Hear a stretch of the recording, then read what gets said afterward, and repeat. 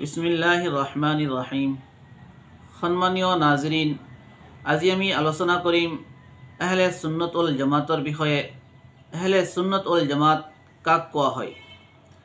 নবী কৰিম সাল্লাল্লাহু আলাইহি ওয়াসাল্লামৰ পৰা বৰ্ণিত আছে যে তেখেতে কৈছে যে বনু ইছৰাইলত ৭২টা দল বা ফিৰকা হৈছে আৰু এই উম্মতত ৭৩টা দল বা জামাত বা ফিৰকা হ'ব। তাৰে কেৱল মাত্ৰ এটা জামাতহে জান্নাতত প্ৰৱেশ কৰিব আৰু যিটো জামাত জান্নাতত প্ৰৱেশ কৰিব সেইটো জামাতৰ নাম হৈছে আহলে সুন্নত ওয়াল জামাত।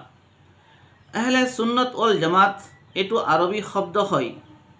এইটো এটা মুৰক্কব বা যৌগিক শব্দ হয়।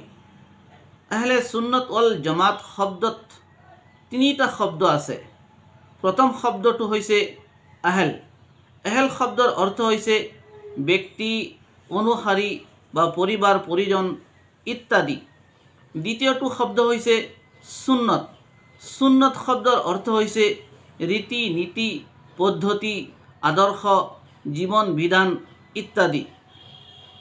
এই শব্দটো কোৰাণে কাৰিমতো ব্যৱহাৰ কৰা হৈছে।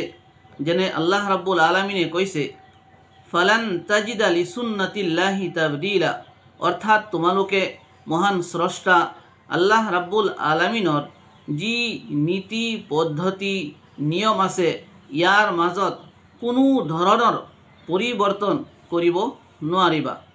আৰু সুন্নত শব্দ যেতিয়া হাদিছৰ ক্ষেত্ৰত ব্যৱহাৰ কৰা হয় ইয়াৰ দ্বাৰা উদ্দেশিত হয় নবী করিম সাল্লাল্লাহু আলাইহি ওয়াসাল্লাম কর্তৃক নির্ধারিত মূল নীতি তথা কর্ম পদ্ধতি। তৃতীয় শব্দটো হৈছে জামাত। জামাত শব্দৰ অৰ্থ হৈছে সম্প্ৰদায়, দল, গোষ্ঠী ইত্যাদি। কিন্তু ইয়াত সাহাবায়ে কেৰাম ৰিজৱানুল্লাহি তাআলা আলাইহিম আজমাইনৰ জামাত উদ্দেশিত বা মুৰাদ হয়। সম্মানীয় নাজৰিন, উল্লেখিত আলোচনাৰ দ্বাৰা আমি অতি স্পষ্ট হিসাবে এই কথা বুজিব পাৰিছোঁ যে আহলে সুন্নত ওয়াল জামাত কাক কোৱা হয়।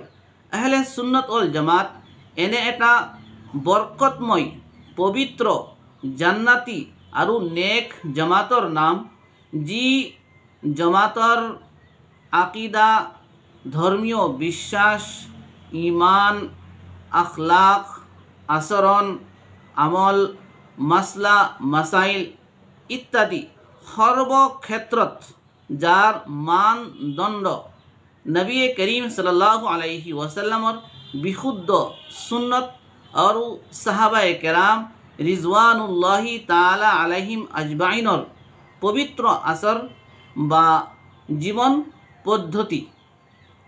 যদি কোনো ব্যক্তি বিশেষ বা জমাত এই মানদণ্ডৰ পৰা অলপো আঁতৰি যায়, কুৰাণ আৰু হাদিছৰ দৃষ্টিত, শৰীয়তৰ দৃষ্টিত এনে ব্যক্তি বা জমাতক গুমৰাহ বা পথভ্ৰষ্ট বুলি গণ্য কৰা হয়।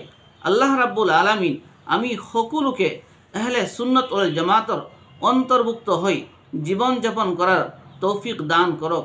আমিন।